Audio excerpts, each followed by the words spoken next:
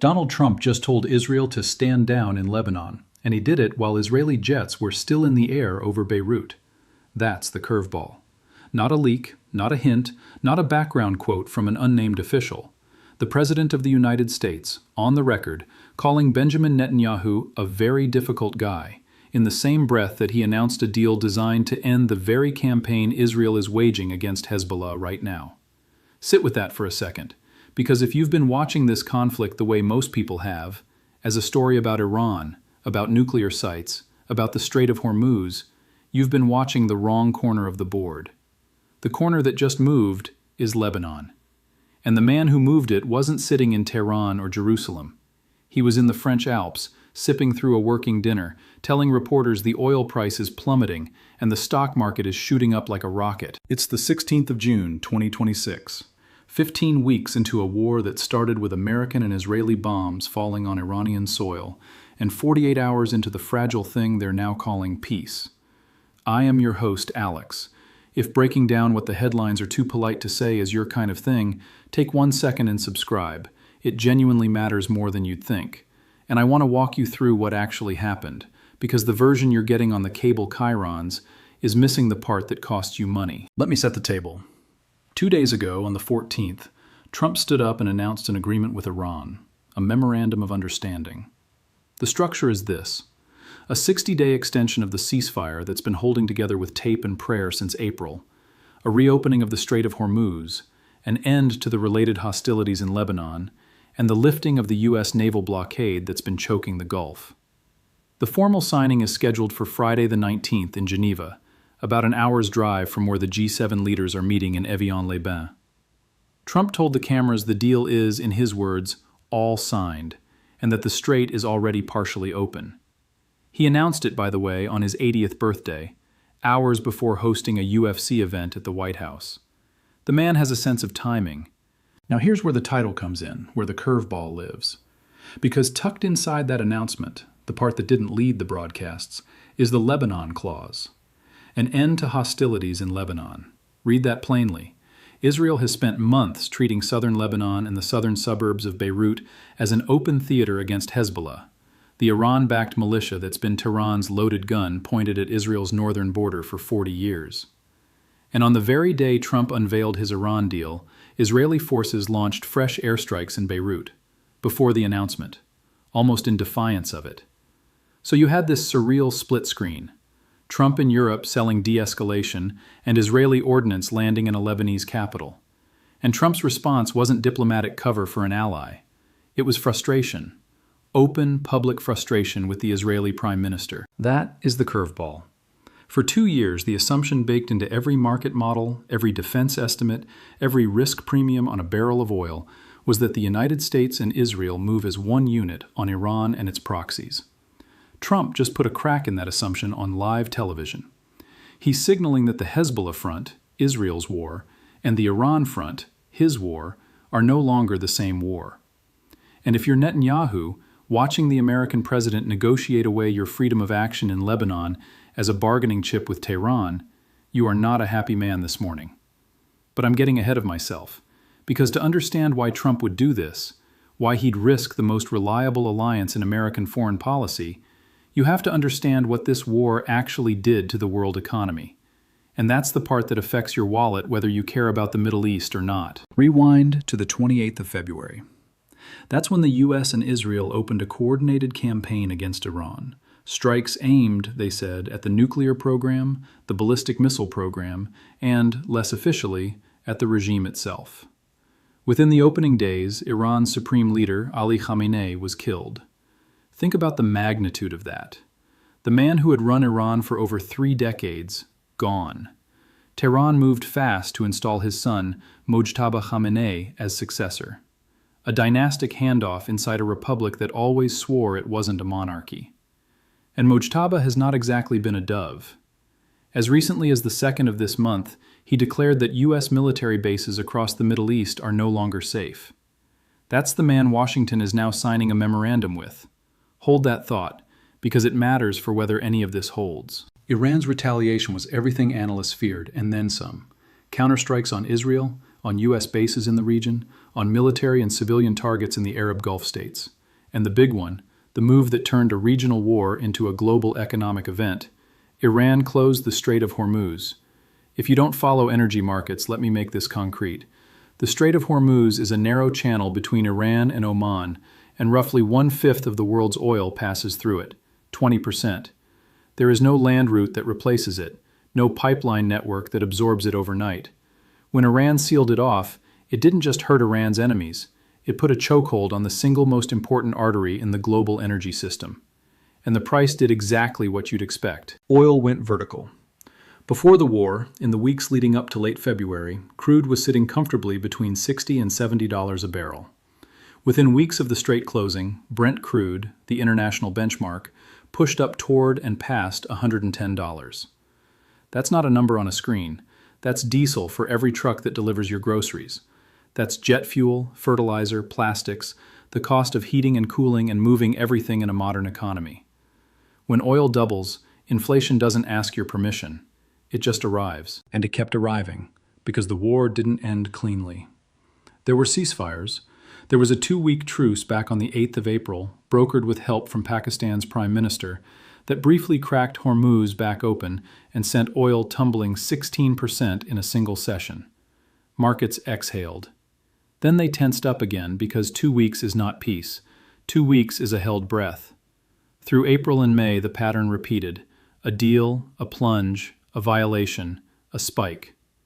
By late May, oil had come down off its highs but was still grinding in the $90 range, and traders had learned to stop trusting any headline that contained the word ceasefire.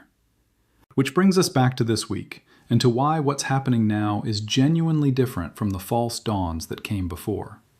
Because the move on the table now isn't a 2-week pause. It's a 60-day framework with a signing date, a naval blockade coming off, and, critically, the Lebanon piece folded in. The market is starting to believe it. On the 12th, as word of the memorandum spread ahead of the G7, West Texas Intermediate dropped almost 4% in a day, settling around $84. Brent fell to roughly $87. And then on Monday, as Trump landed in France and declared the thing signed, U.S. crude slid another 5% and change, dipping just above $80 a barrel. Brent crossed below 80 for the first time since early March. So the headline writes itself. Oil is crashing. Peace is breaking out. Buy stocks. And the equity market agrees, loudly. The Dow has climbed back above 51,000. The S&P 500 is sitting around 7,400. The Nasdaq's pushing 26,000. There was a SpaceX IPO last week that lit a fire under sentiment. Airline stocks, the companies whose single biggest variable cost is jet fuel, have been ripping every time oil drops, because cheaper crude flows straight to their bottom line. Trump stood next to Macron and pointed at exactly this. Oil down, market up, mission accomplished. And on the surface, he's right. The relief rally is real. But here's the thing, and I'm only going to use that phrase once, so make it count. The relief rally is pricing in a peace that the two sides can't agree on the terms of. And that's the gap I want you to see, because it's where the risk is hiding. Let me show you the crack. After the memorandum was announced, Iran's own Deputy Foreign Minister, Kazem Garibabadi, came out and described what comes next, and his version does not match the American version. According to him, the 60 days of nuclear negotiations that are supposed to follow Friday's signing only begin once the United States meets 3 commitments. 1. Lift and end the naval blockade. 2. End the state of war and military operations. And 3, this is the one, release billions of dollars in frozen Iranian funds. In Tehran's telling, the clock on the nuclear talks doesn't even start until America hands over the money. And a U.S. official has flatly rejected that framing. So you've got a signed memorandum where the two signatories publicly disagree about the order of operations, about who moves first, about whether the nuclear talks have preconditions at all. Now look at what the deal does not contain. It does not contain a settlement on uranium enrichment. It does not contain a number on Iran's stockpile of highly enriched material.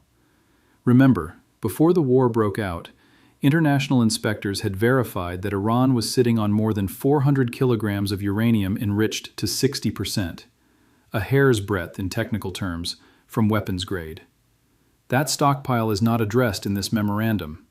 The enrichment red line that the whole war was supposedly fought over, not in there. Sanctions relief, the sequencing, the frozen assets, deferred. All of it kicked down the road into a 60-day window of follow-on talks that the two sides can't even agree on how to start. So what did this deal actually do? It reopened the strait, partially, conditionally, with Iran and Oman managing the traffic, which means Iran's hand is still on the valve. It paused the shooting. It got the oil price moving in Trump's favor right as he walked into a G7 summit full of allies who are furious with him. What it did not do is resolve a single one of the underlying questions that started the war. It bought time, 60 days of it. And the market is treating 60 days of deferred conflict as if it were a permanent settlement. There's a line from a senior energy advisor to the previous administration, Amos Hochstein, that's been rattling around in my head all week. The gist of it, and I'm paraphrasing, is that no matter what the paperwork says, Iran will effectively control the Strait of Hormuz for the foreseeable future. The deal's text is almost beside the point. The leverage is geographic. Iran sits on the choke point. It can open it as a gesture and threaten to close it as a weapon, over and over, for as long as this regime exists. So when you hear that the strait is reopening, understand what you're actually being sold. Not the removal of the risk, but a temporary, revocable decision by Tehran to stop using its biggest piece of leverage. For now. And this is why the oil price, for all its dramatic drop, has not collapsed back to where it started. Pay attention to this because it's the tell. If markets truly believed the war was over and supply was about to flood back, crude would be racing toward the 60 to 70 range it traded at before the war. It isn't. It's hovering around 80, still well above pre-war levels. Why? Because the physical damage is real and the math doesn't lie. The International Energy Agency has laid it out. More than 14 million barrels per day of supply has been shut in since February. Cumulative losses from Gulf producers have run past 1 billion barrels. The ports, the refineries, the pipelines across the Gulf took real damage. Infrastructure you don't repair with a signature, you repair with years. The IEA had to release 400 million barrels from emergency strategic reserves back in March just to keep the market functioning, which means the cushion the world keeps for genuine crises is now drawn down hard. Their own projection has the global market in a supply deficit until at least the fourth quarter of this year. Translate that out of analyst language. Even in the rosiest scenario, deal signed Friday, strait fully open, everyone behaves, there isn't enough oil flowing to push prices back down to where they were. The reopening, as one veteran market advisor put it, will at best be partial. Damaged facilities, depleted inventories, tanker captains who still don't trust the route enough to send their crews through it without a hazard premium. The supply hole is structural now. So you're looking at oil staying elevated for months, regardless of how many ceremonies they hold in Geneva. And elevated oil means one thing for the American consumer: inflation that doesn't want to come down, gas prices that stay sticky through the summer driving season, and a Federal Reserve caught between an economy it wants to support and a price level it can't ignore. The relief rally in stocks is celebrating a peace that, even if it holds perfectly, leaves the cost of energy structurally higher than it was a year ago.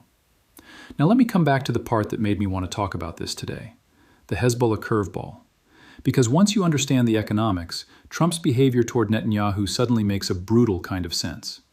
Trump needs this deal to hold, not for the Middle East, for the price of oil and the level of the S&P. He has, by his own admission standing next to Macron, tied his political fortune to the visible facts of cheaper energy and a rising market. Every day the war drags on, oil climbs and his economy bleeds. Every day the ceasefire holds, oil falls, and he gets to stand on a stage and say he ended a war the experts said he couldn't. He has the strongest possible incentive to keep this thing alive through Friday's signing and well beyond. And what's the single most likely thing to blow it up? Not Iran's nuclear program. That's a slow-moving problem measured in months. The thing that can detonate this in an afternoon is the Lebanon front. Israeli strikes on Beirut. Hezbollah firing back across the border. Iran feeling obligated to defend its proxy, escalating, and slamming the strait shut again out of spite. The Hezbollah war is the loose wire dangling next to the whole arrangement. So when Trump folds an end to hostilities in Lebanon into the Iran memorandum, he's not doing Hezbollah a favor, and he's not abandoning Israel. He's removing the most likely trigger for the collapse of the thing he needs. He's telling Netanyahu, in effect, your war in Lebanon is now a risk to my deal, so stand down. And when Israel doesn't immediately comply, when its jets are still over Beirut as he's announcing peace, he reaches for the bluntest tool he has, which is to humiliate the Israeli prime minister in front of the world's cameras and call him a very difficult guy. That is a genuine break in the pattern. American presidents do not publicly scold Israeli prime ministers over operations against Hezbollah. The reflex of U.S. foreign policy for decades has been to back Israel's security decisions and absorb the criticism. Trump just inverted it. He subordinated Israel's freedom to fight Hezbollah to the economic logic of his Iran deal. Whether you think that's strategic genius or a reckless betrayal of an ally, and you will find passionate people on both sides of that loudly all over X right now, it is unmistakably a shift. The question nobody on the broadcast is asking out loud is, what does Israel do when its most important patron tells it to leave its most dangerous enemy alone? Because here's the uncomfortable reality. Hezbollah didn't disappear. The militia that's been Iran's forward operating base on Israel's border is still there, still armed, still embedded in Lebanon's politics and its terrain. Israel's entire security doctrine treats a free hand against Hezbollah as non-negotiable, and Trump just made it negotiable, traded it, arguably, for 60 days of calm and a lower oil price. If Hezbollah uses this pause to rearm and regroup, and the next round is worse, the people who warned against constraining Israel will say they told you so. If the pause holds and cools the whole region down, Trump will say he's the only one who had the nerve to do it. We genuinely don't know yet. Anyone who tells you they're sure is selling something. Now lift your eyes from the Middle East for a second, because this is all happening at a very specific place, the G7 summit in Evian-les-Bains, and the setting is not incidental. Trump arrived in the French Alps to face a room full of allies who are, to put it gently, not thrilled with him. France's Macron, Britain's Starmer, Germany's Merz, Italy's Meloni. Leaders who have been openly critical of how he managed a 15-week war that sent their own energy bills through the roof, and who he did not consult before deciding to go to war in the first place. Think about the audacity of the play. He didn't ask them before he started it. Now he's showing up to take a victory lap for ending it, oil price falling behind him like a tailwind, daring them to be anything other than relieved. And this connects directly to a theme that's been simmering under this whole conflict from the start. Who pays for security in a region the whole world depends on? The Strait of Hormuz isn't an American waterway. The oil that flows through it fuels Europe and Asia far more than it fuels the United States, which produces enormous quantities of its own crude. Yet it's American carriers, American sailors, and an American naval blockade that have been the muscle in the Gulf. The grievance you heard articulated even a year ago, that allied governments don't contribute enough to securing the shipping lanes they depend on, that they free ride on American deterrence, is still sitting right there at the center of the table at Evian.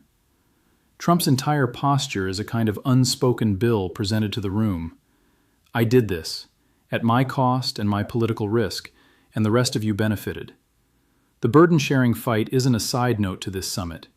It's the subtext of every handshake. There's another layer here that the enforcement-minded people keep raising, and they're right to. A signed memorandum is only as good as the mechanism that verifies it. Iran has a long, documented history of concealing parts of its nuclear program, hidden facilities, undeclared material, inspectors kept at arm's length. So the question that actually determines whether any of this means anything is not what the text says on Friday. It's how compliance gets verified, and what the penalty is when Iran cheats. And on that, the memorandum is silent, because the memorandum isn't the nuclear deal. It's the agreement to maybe, possibly, start negotiating the nuclear deal, 60 days from now, if the money clears and the blockade lifts and nobody fires a missile in the meantime. Even on the American side, there's a recognition that this has to clear Congress eventually. Senator Lindsey Graham has already flagged that any final nuclear agreement would be subject to congressional review, and that the administration's team, including Vice President Vance, will have to bring the finished product to lawmakers. Time will tell, he said, which is Washington for, don't count this yet. So let me pull the threads together, because there's a coherent picture here once you stop looking at the fireworks and start looking at the wiring. A war that began in February killed Iran's leader, closed the world's most important oil artery, and roughly doubled the price of crude. After 15 weeks of spikes and false ceasefires, the United States and Iran have produced a memorandum that pauses the shooting, partially reopens the strait, lifts the blockade, and, the part that should have your full attention, folds in an end to the Lebanon fighting, which means Trump has just leaned on Israel to back off Hezbollah. The market is treating this as peace. It is not peace. It is a 60-day option on peace, written by two parties who can't agree on who exercises it first, leaving every hard question, enrichment, stockpiles, sanctions, frozen billions, for talks that haven't started and may not start on schedule. Oil has dropped, but not collapsed, because the physical damage to Gulf supply is real, and the IEA says the world stays short of barrels into the fourth quarter, which means the inflation pressure on the American consumer is structural, not transitory, no matter how the diplomacy plays out. And the whole arrangement is balanced on the single most fragile point in the system, whether Israel actually honors a Lebanon truce it never agreed to, against an enemy it spent its entire existence preparing to destroy. That's the real story. Not peace breaks out. It's, the President of the United States has bet his economy and his alliance with Israel on a 60-day pause, and he's reining in the war on Hezbollah to protect the price of oil. Whether that's the smartest move anyone's made in this conflict, or the one that comes back to haunt all of us, we'll find out somewhere in the next 2 months. And for you, watching this not as a geopolitics spectator, but as someone with a portfolio and a tank of gas to fill, the takeaway is discipline. When a market rallies on the announcement of a deal that the signatories publicly disagree about, that rally is built on hope, not on signed terms. The smart money this week isn't celebrating. It's watching Friday's signing in Geneva to see if it actually happens, watching whether the frozen funds move, watching whether a single Israeli airstrike on Beirut or a single Hezbollah rocket reopens the whole wound and sends crude right back toward triple digits. The downside risk hasn't left the building. It's just standing quietly in the corner while everyone toasts. So here's the question I keep turning over, and I want to leave it with you rather than pretend I've got the answer. If Donald Trump is willing to publicly humble the Prime Minister of Israel and constrain its war on Hezbollah to protect the price of a barrel of oil and the level of a stock index, then what does that tell you about who's really steering American policy in the Middle East right now? The strategists or the markets? This is Professor Alex. I'll see you in the next one.